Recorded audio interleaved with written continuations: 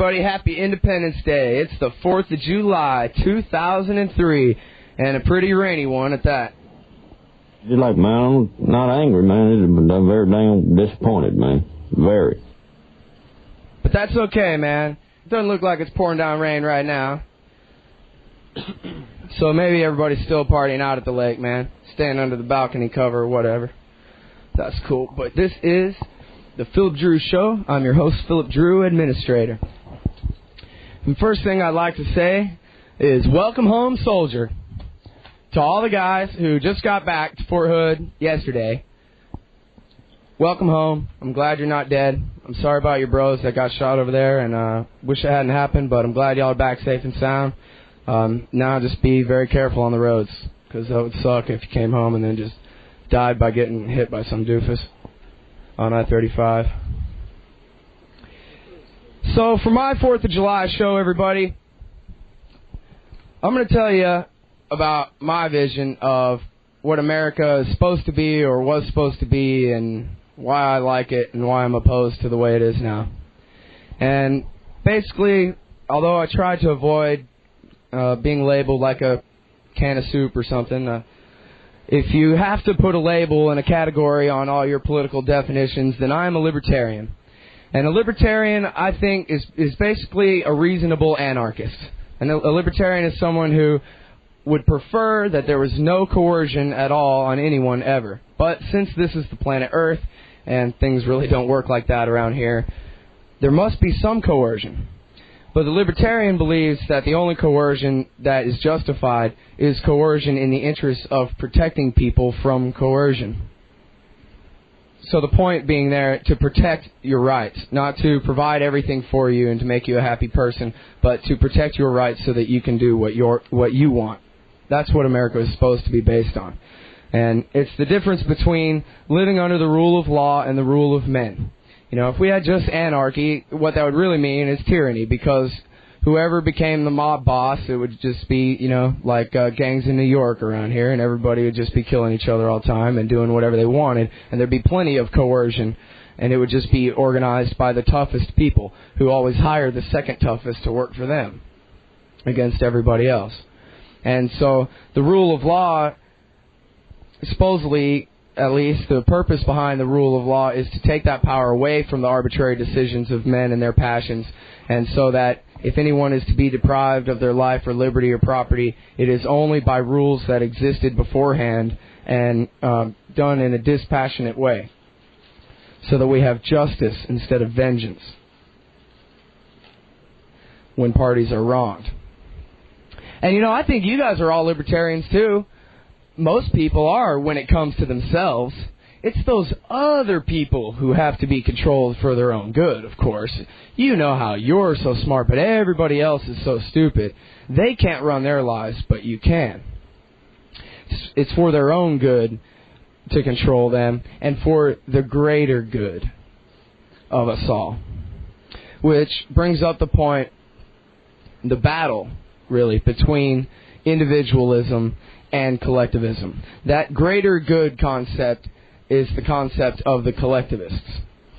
And in fact, on that subject, I have here yesterday's newspaper, the Life and Art section. It says, "Go forth and purchase. Give the economy a patriotic boost and buy some of these items for outdoor entertaining." That's right, you too can serve the economy. What could be more patriotic than supporting the economy with a little holiday spending? You exist to serve the state, to serve the economy, instead of the obvious, which is that economies are created to serve men. If we exist to serve economies, then, and each other before ourselves, then we're not free. And that's no way to live. And this is basically, you know, it's as simple as I can swing my fist around wherever I want, unless I hit you in the nose. And now I'm interfering with your nose's right to not be coerced, and so now you got the right to hit me back. But until then, I'm born free. I can determine my own destiny. I don't need help. I don't need anybody to master plan my life for me or grant me a subsidy from the state to help me get by. You're free to swing your fist around as far as you want to until you get to my nose. And only then do we have a problem.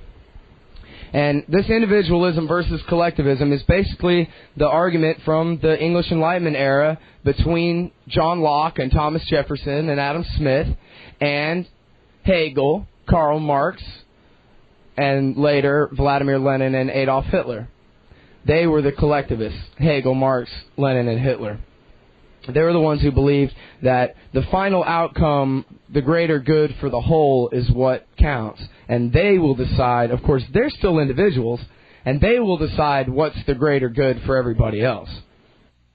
And if you think about, people say, oh, come on, Lenin and Hitler, those are opposites. Marx and Hitler, the Nazis and the communists, those two things don't have anything to do with each other.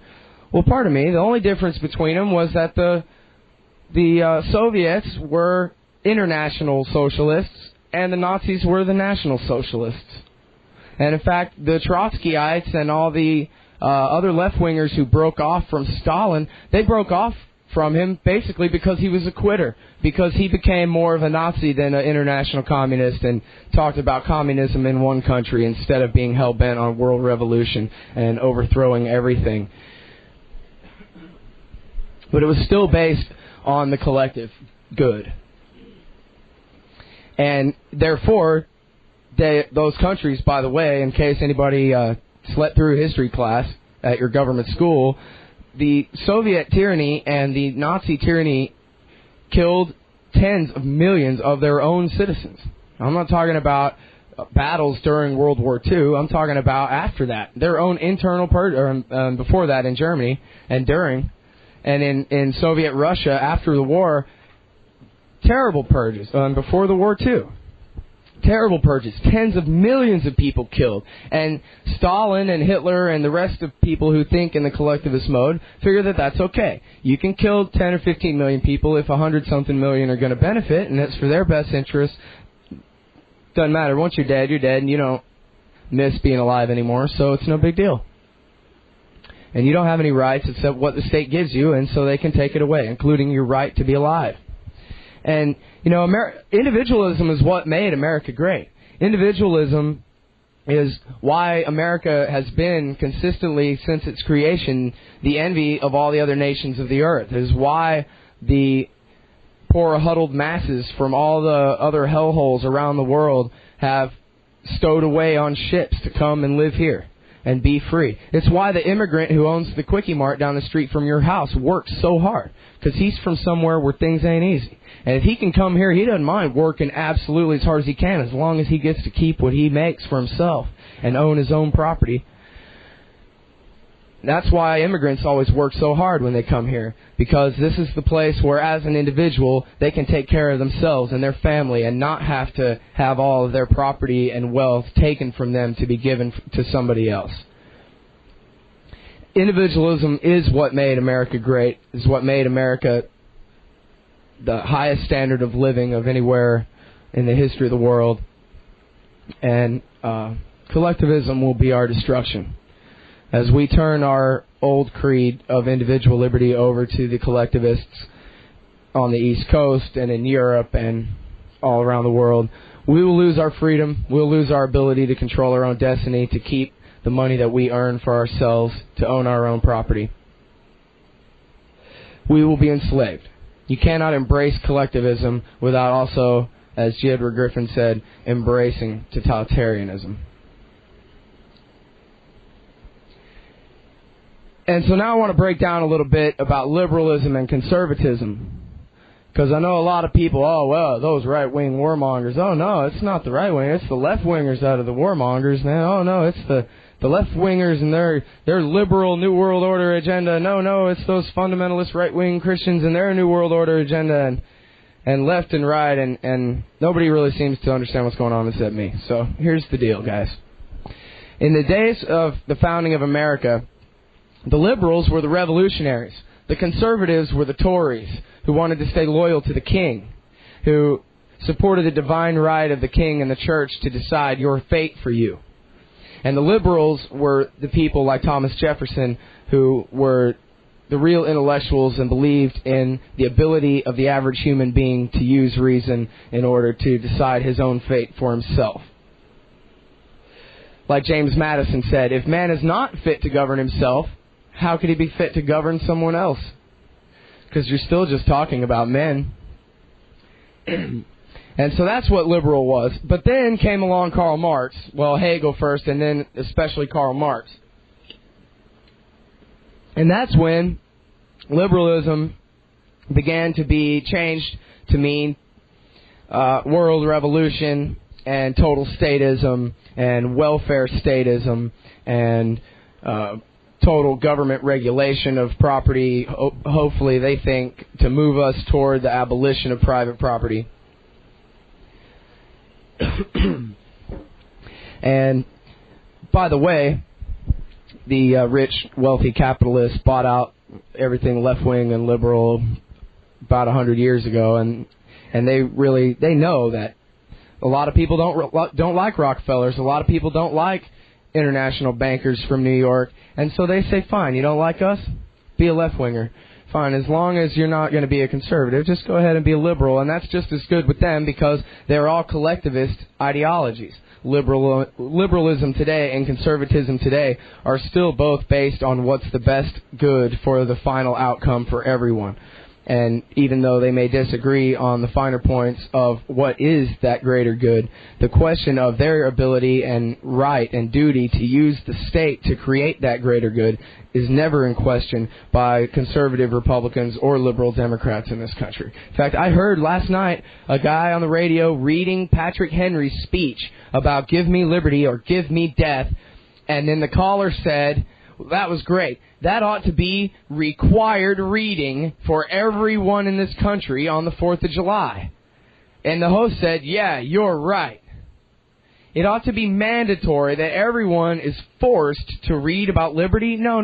How about everyone who thinks it's a good idea ought to suggest to each other on the 4th of July that, hey, maybe you ought to go look up that Patrick Henry speech. It's pretty powerful. You ought to take a look at it.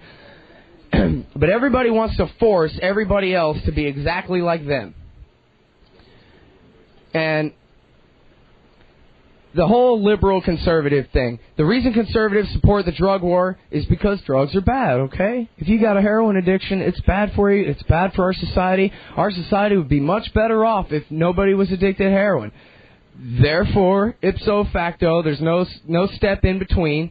It is automatically the power of the national government to eradicate drugs, which, of course, they haven't done in 70 years of having a war on drugs since the New Deal and FDR's drug laws. They haven't come any closer to eradicating drugs, have they? But the question about whether it's their authority to do so, never mind whether it works or not, the question of whether it's their authority to do so is never in question to a conservative, because a conservative is a collectivist and wants to make America the way he wants it to be. And, same thing goes for liberals, why they want to pick your pocket and spend it on every program to give your money to everybody else. It's because they know the master plan, they're the social engineer, they're smarter than you, and they can decide how society should be better than you. And they're all collectivists. And conservatives out there, ask yourself, conserve what? The national security state of the 1950s? The profits of Exxon? How about conserving the Declaration of Independence and the Constitution and individual liberty and the rule of law? How about conserving that? If that's what conservative meant, I don't think we'd have such a big problem. And, Antonin Scalia, who could one day be the Chief Justice, is now a justice on the Supreme Court, gave a series of speeches last year about how the state is God on earth and that power does not flow from people to the state to protect their rights, but in fact, God has given the state the authority to make the world His way. And that is the definition of modern conservatism, of neo-conservatism. It's pretty revolutionary for something with the word conserve in it. And liberal used to just mean, hey, you're smart, you're intellectual, you're open to new ideas. You hear somebody that you don't agree with, You ask them a question and try to find out more about it. You're not dogmatic. You're not fundamentalist. You got a sense of irony and humor about your own points of view. You reevaluate your opinions all the time. That's what liberal used to mean. That's what Thomas Jefferson and all that shit was about. And liberalism now just means I love the state, as long as it's not a Republican in power. But if there's as long as Democrats are getting their way, whatever the state is doing is great, and I'll defend it to my death. To defend the honor not of the country, not of people, certainly not of individual liberty, but the state, that great centralizing thing that gets all things done for us. And I reject that. I'm Philip Drew, and I say that's a load of crap. And right now, me and a couple of my compadres are going to present to you some of the choice bits out of the Declaration of Independence. The unanimous Declaration of the 13 United States of America.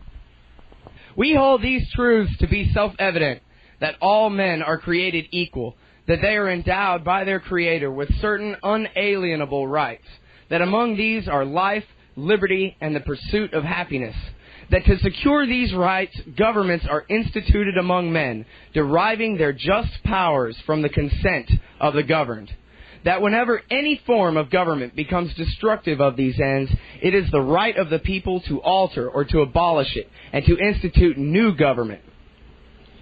When a long train of abuses and usurpations, pursuing invariably the same objective, evinces a design to reduce them under absolute despotism, it is their right, it is their duty to throw off such government. The history of the present King of Great Britain, George III, is a history of repeated injuries and usurpations, all having in direct object the establishment of an absolute tyranny over these states. To prove this, let facts be submitted to a candid world. He has refused to pass laws for the accommodation of large districts of people unless those people would relinquish the right of representation in the legislature, a right inestimable to them and formidable to tyrants only. He has dissolved representative houses repeatedly for opposing with manly firmness his invasions on the rights of the people. He has made judges dependent on his will alone for the tenure of their offices and the amount and payment of their salaries. He has erected a multitude of new offices and sent hither swarms of officers to harass our people and eat out their substance. He has kept among us, in times of peace, standing armies without the consent of our legislatures. He has effected to render the military independent of and superior to the civil power. He has combined with others to subject us to a jurisdiction foreign to our Constitution and unacknowledged by our laws, giving his assent to their acts of pretended legislation. For quartering large bodies of armed troops among us, for protecting these troops by a mock trial from punishment for any murders which they should commit on the inhabitants of these states. For cutting off our trade with all parts of the world. For imposing taxes on us without our consent. For depriving us in many cases of the benefits of trial by jury. For transporting us beyond seas to be tried for pretended offenses. For suspending our own legislatures and declaring themselves invested with power to legislate for us in all cases whatsoever. He has abdicated government here by declaring us out of his protection and waging war against us. He has plundered our seas, ravaged our coasts, burnt our towns, and destroyed the lives of our people. He has constrained our fellow citizens taken captive on the high seas to bear arms against their country, to become the executioners of their friends and brethren, or to fall themselves by their hands. In every stage of these oppressions, we have petitioned for redress in the most humble terms. Our repeated petitions have been answered only by repeated injury. A prince whose character is thus marked by every act which may define a tyrant is unfit to be the ruler of a free people. We therefore, the representatives of the United States of America in General Congress assembled, appealing to the Supreme Judge of the world for the rectitude of our intentions, do, in the name and by the authority of the good people of these colonies, solemnly publish and declare that these united colonies are, and of right ought to be, free and independent states. And that was from the Declaration of Independence of the United States of America from the Empire of Great Britain. Hope you enjoyed that. I really do. In fact, as easy as it is for anyone to get their hands on a copy of the Declaration of Independence, you ought to sit down and read through the whole thing. There's some really good stuff in there. We didn't read all of it for time reasons and so forth, but it's really good stuff. And on the subject of individual rights and independence, and that means individual independence, and it also means independence in policies with foreign nations and so forth. I want to go through the Bill of Rights here real quick. And I'm not going to, read the full text of all of them or anything and bore you all to death, but I want it to be understood some things that I know people don't understand about their Bill of Rights. And I know they don't understand it because I used to not understand it, and now I do, and I know the difference now, and I know that most people don't know. So I'm going to read to you something that I'd be willing to wager you've never heard before, or read before, which is the preamble to the Bill of Rights. Now, we all know the preamble to the Constitution, we the people, and all that kind of thing. But this is the preamble to the Bill of Rights, of which you may not be aware. It says, conventions of a number of states, having at the time of their adopting the Constitution expressed a desire, in order to prevent misconstruction or abuse of its powers, that further declaratory and restrictive clauses should be added. And as extending the ground of public confidence in the government will but ensure the beneficent ends of its institution, resolved, the following articles be part of the said Constitution. There you have declaratory and restrictive clauses should be added to prevent misconstruction or abuse of its powers on the part of the national government. Are you surprised? Or are you amazed? Have you ever heard that before? Did you realize? And now think about the language here. It doesn't say you're allowed to speak freely because we've given you this First Amendment that allows you to. This is a declaratory and a restrictive clause. It says Congress shall make no law respecting an establishment of religion, prohibiting the free exercise thereof, or abridging the freedom of speech or of the press, the right of the people peaceably to assemble and to petition the government for redress of grievances. That doesn't sound to me like a grant of power to you. That sounds to me like a restriction on their power. The Second Amendment, of course, says a well-regulated militia being necessary to the security of a free state, the right of the people to keep and bear arms shall not be infringed. So in order for a state to be free, the people of that state need to be armed so that they will never be dominated by the national military. Now, Amendment 3 says that they can't quarter soldiers in your house, which seems kind of like an anachronism. Of course, they can just take your money right out of your paycheck and build a garrison right down the street from you if they feel like it. But the point of the Third Amendment, the reason it's still relevant, is because it expresses, again, civilian supremacy over the military. That the military always take orders from a guy in a suit and not a guy in olive green like themselves. Amendment number 4, of course, you should all have memorized. If you don't, you should be ashamed of yourself.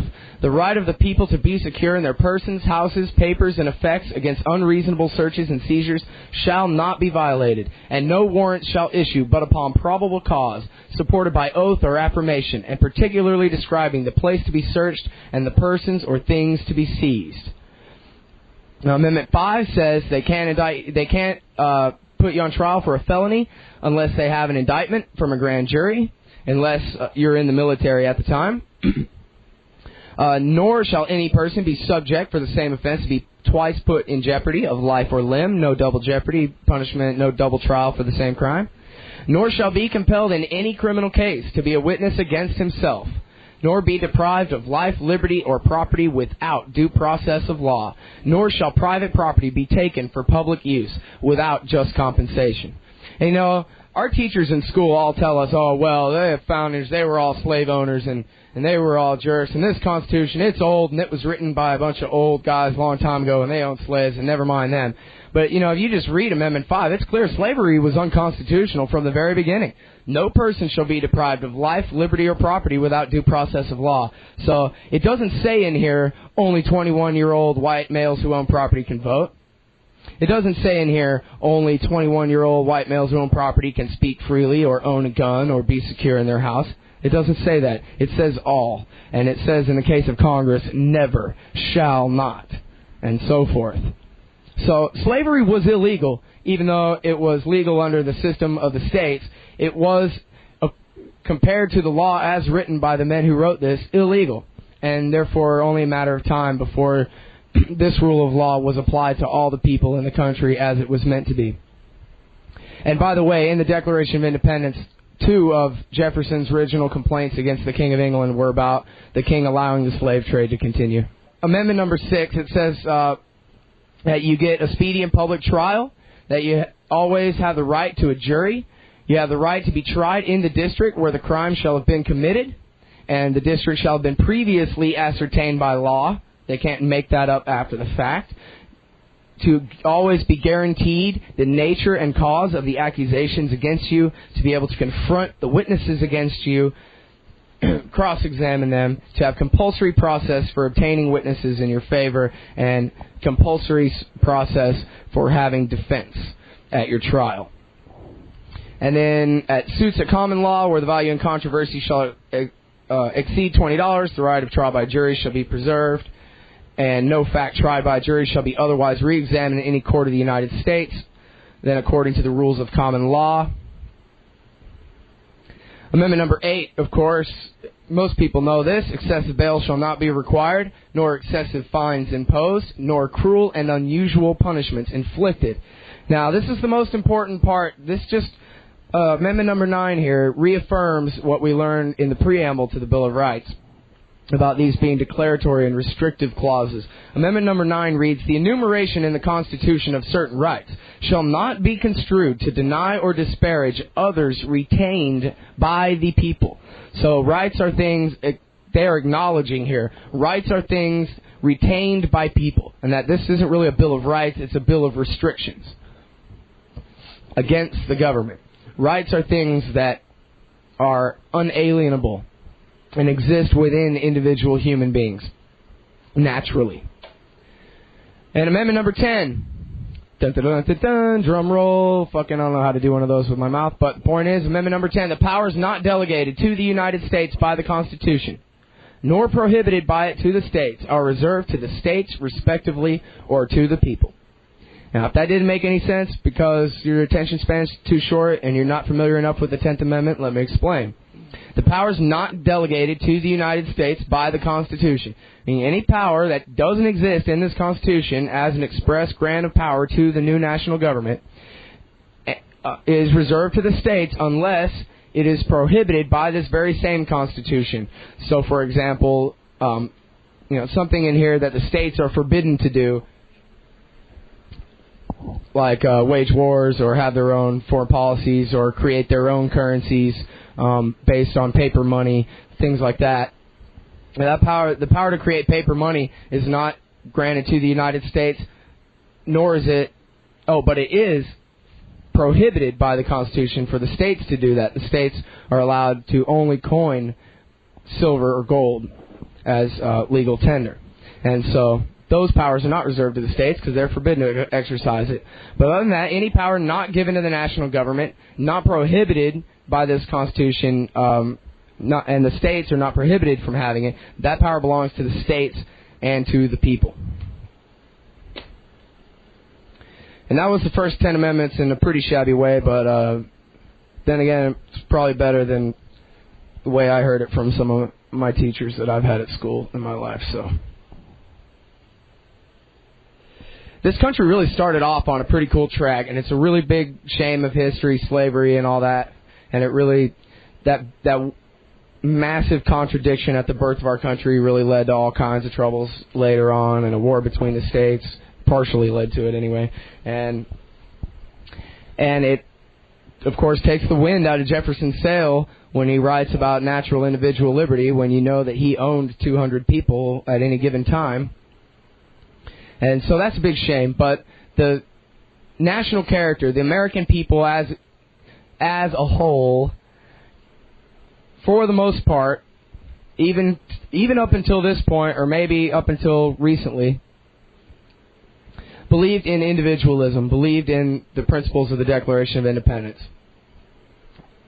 And that rights are things that belong to humans, not things that are granted to them by other humans. And we got a good start, and the American people have pretty much held true to those ideals for the most part. However, our leaders became collectivists by the 1830s, 1840s, and the people in power for the most part have been concerned with nothing but the collective good, the greater outcome.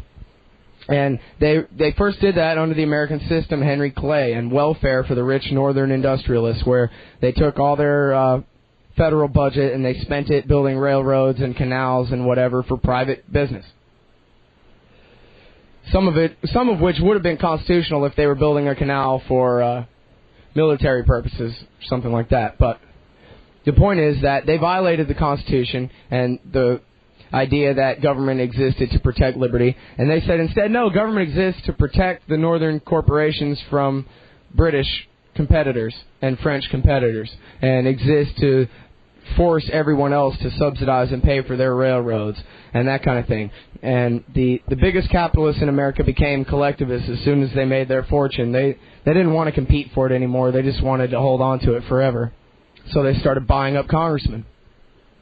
And the people were not too far behind, although it took the government quite a while to finally realize what a benefit it would be to just go ahead and give the populist progressivists what they want. Instead of demanding that all welfare programs for rich northern industrialists be suspended, they just demanded that they get some welfare too.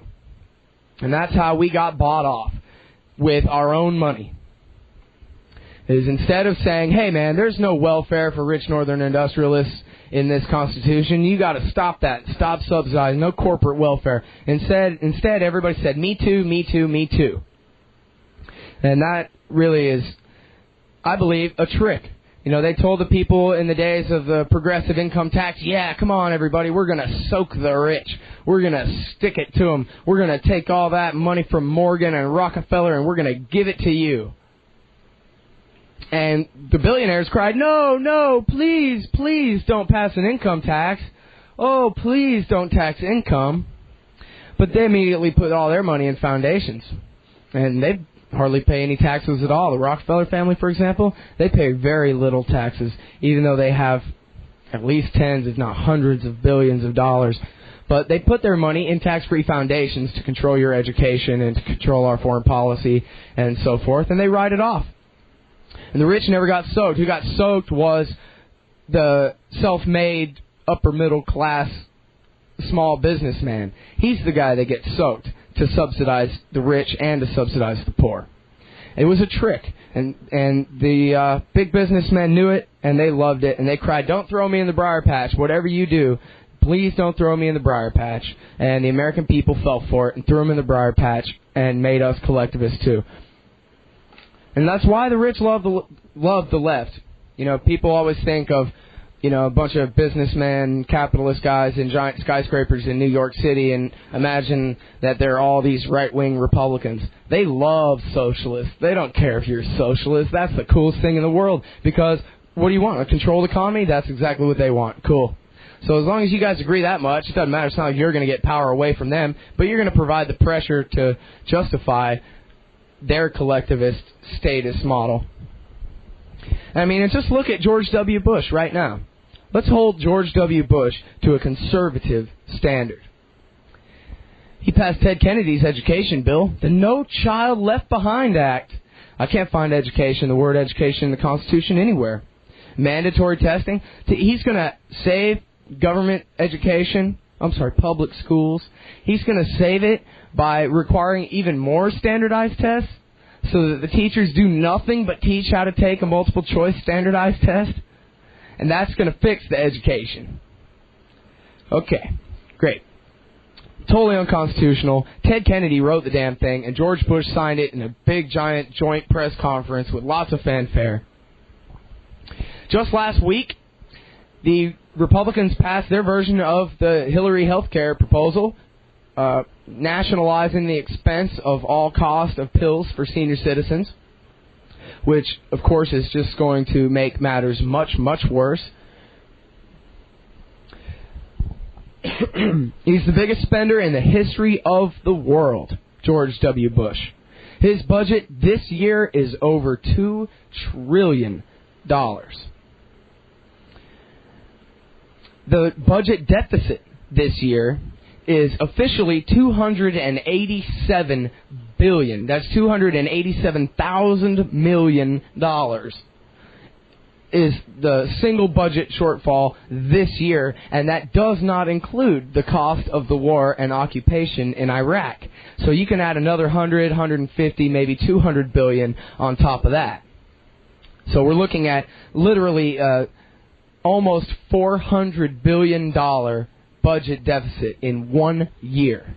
Which, isn't that funny? Because I think $400 billion is the military's budget this year. And I just mean their appropriations bill. I don't mean for the actual expenses of the war, but I just mean their annual appropriations, or biannual appropriations. Gun control, there's the conservative standard. Let's hold George Bush to that. He's already said that he wants to re-sign the assault weapons ban, and in fact expand it to even include semi-automatic shotguns. What, like if you have a 12 gauge that holds 5 rounds, then I guess you're a terrorist? That's an assault weapon? They can take that term that has no real definition, they can apply it to any scary-looking gun that they can point at and ban it, and George Bush supports that?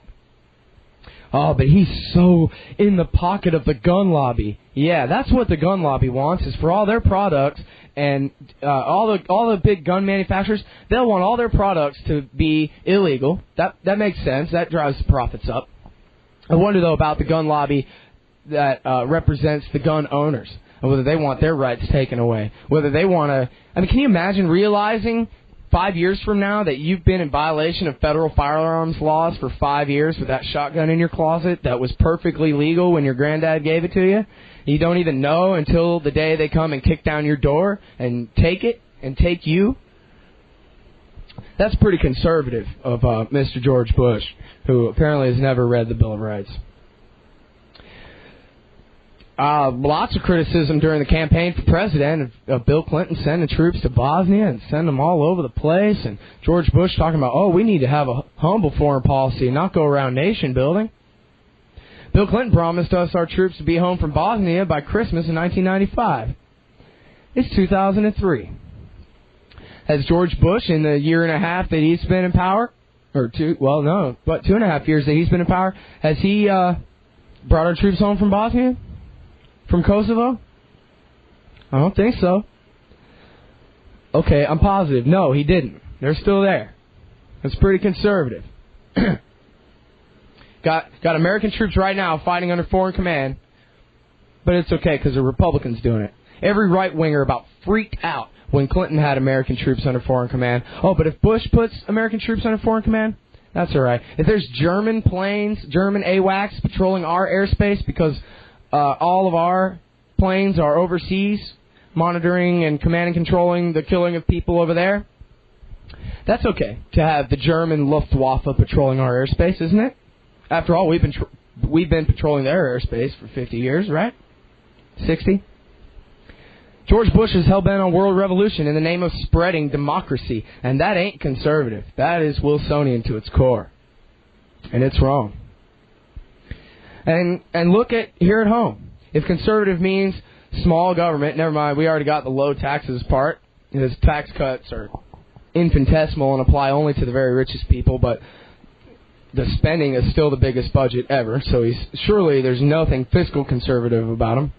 But as we move fully into empire overseas in the name of self-defense, we lose our rights here, as always happens when involved in a foreign war. And just think off the top of your head some of the ways that you've learned about your privacy being taken away, your activities being monitored and tracked.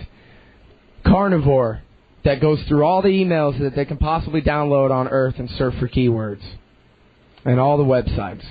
All the web traffic goes through carnivore, they call it. Devours it all.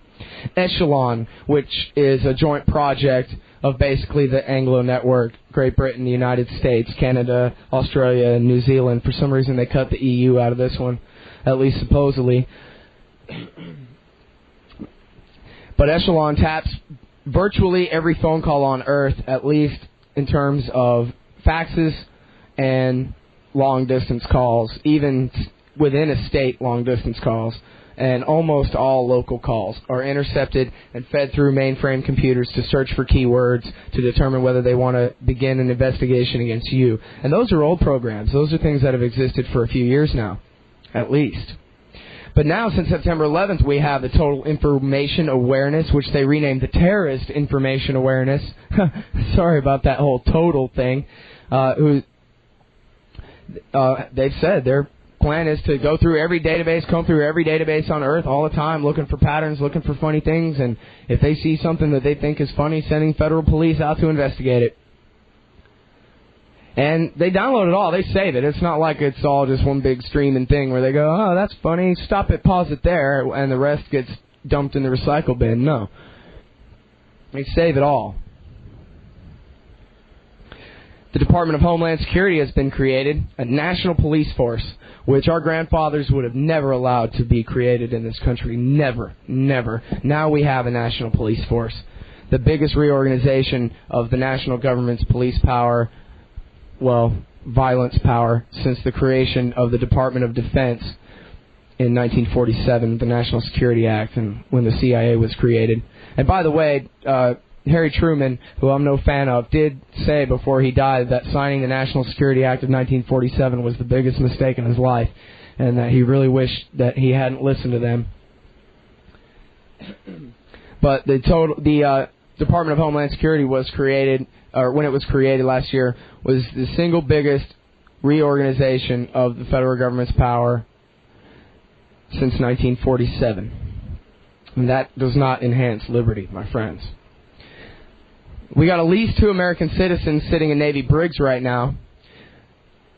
Paul Wolfowitz, head neocon deputy director of the Department of Defense, which, by the way, they renamed it the Department of Defense as soon as it became an offensive organization. It had always been the Department of War back when we only fought when we were attacked. But anyway,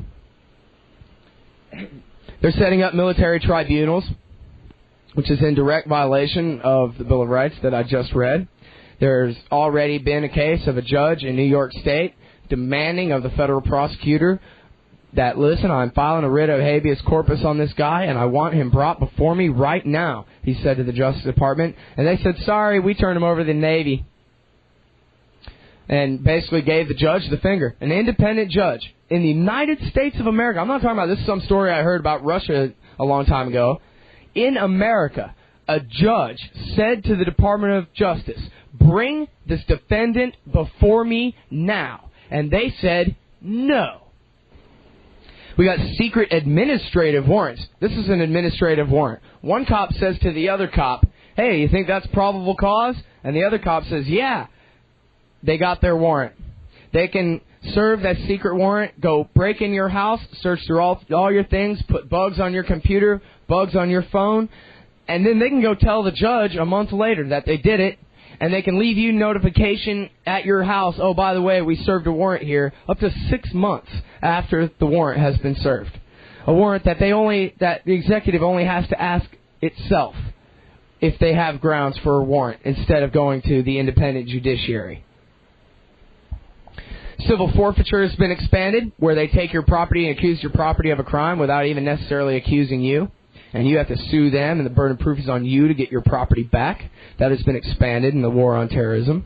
We got FBI agents rifling through library records and threatening librarians that if they even say that the FBI has been here looking through my library records, they can put her in prison. Total violation of the First Amendment. And we've got, out of 18,000-something different sheriffs and police departments all across this country, thousands of separate police jurisdictions around this country are standardizing all of their computer databases, all of their information entry systems. This is going to take them a little while, but don't breathe a sigh of relief.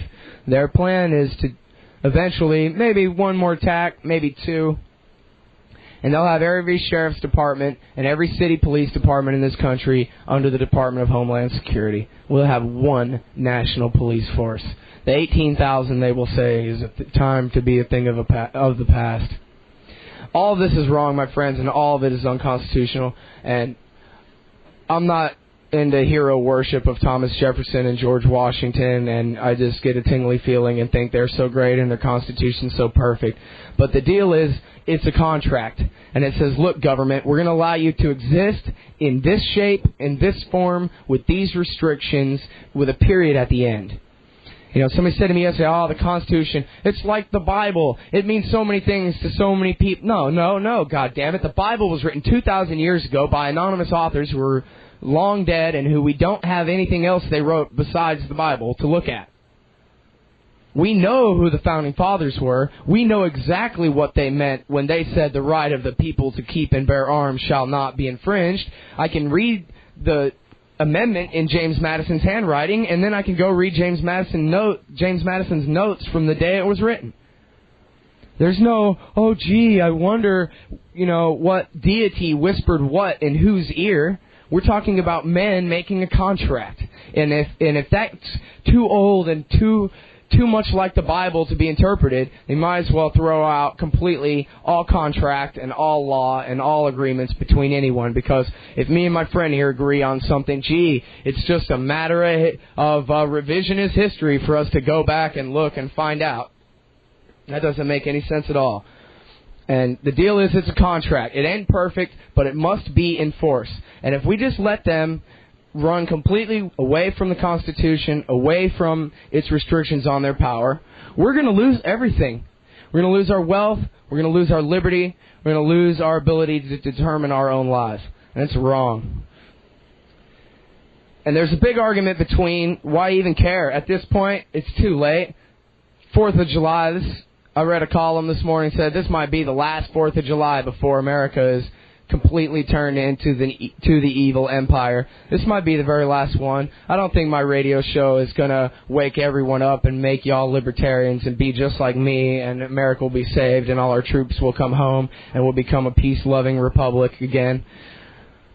I'm not hopeful that that's going to, or I guess I'm hopeful, but I'm not optimistic that that's going to happen.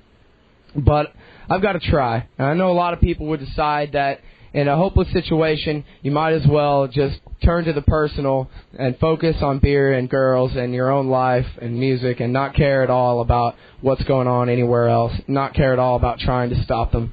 And that's why they've succeeded. That's why we're moving into a new world order, is because we're all so interested in our own lives, we couldn't take the time out to learn about what they're doing, to learn about the massive changes in history. I mean, 200 years from now, people are going to look at the turn of the 21st century as a major turning point, major changes. And it ain't all because a couple of planes crashed into a couple of towers. There's massive changes going on in the world order. And we're letting it go on above our heads. We're not even paying attention. And we're letting them get away with it. And we have the power to change it. Just plain old individual nobodies like you and me do have the power to make a difference. I got an example for you. There is a Democrat from California tried to ban homeschooling subtly by saying that anyone who wants to homeschool their kid has to have a 2-year teacher certificate from local state college. And they were getting away with it. He had like 60 co-sponsors. It had sailed through committee and it was on the House floor. Then the homeschool parents found out about it. And they all got in contact with each other. And they made sure, don't call, don't email. Send faxes, send letters, send telegrams. Because those things are made out of trees, they exist in space and time, and they pile up on the floor, and the people in the office will have to walk around the stacks, and that will make the biggest impression on them. Get to work. And the homeschool families in this country called their congressman and said, listen, you son of a bitch, if you vote for this, I won't be able to homeschool my kid anymore, which means I will sit home all day long plotting the destruction of your career. So go ahead and vote for it. Be my guest. And guess what? one guy voted for it on the House floor, the guy who sponsored it. Congressman remarked they had never seen anything like it. They were shaking. Their reporters said their faces were ashen white. They could not believe the response that they got from their constituents, saying, "Okay, go ahead, but I'll make it my life's work to destroy your job, dude. You will lose your next election. I swear to God." And hey, the bill died. They do what we want. And that's why they have to trick us into all these wars, is because they couldn't have these wars if we weren't for it. And the only way to get us for it is to attack us first and make us think that we're acting in defense when actually we're acting the tyrant. And, George Washington and James Madison and Benjamin Franklin and even Alexander Hamilton, all of these guys warned, especially George Washington's farewell address, stay out of European affairs. Do not get involved in entangling alliances with foreign nations. Just like it reads, the Declaration of Independence reads, at war, enemies, during peace, friends. We can be trading partners and friends with all nations of the world, true internationalists, or we can be globalist statists, interdependent, interlocked, entangling alliances, permanent state of warfare. That's our choice, and we've made the latter, and it's, in my view, been a terrible mistake. And they really do lie us into all of these wars. And I'm not a left-wing revolutionary type who just wants to hate America from the very get-go. But it could be said that we haven't had an honest self-defense of this country since the War of 1812.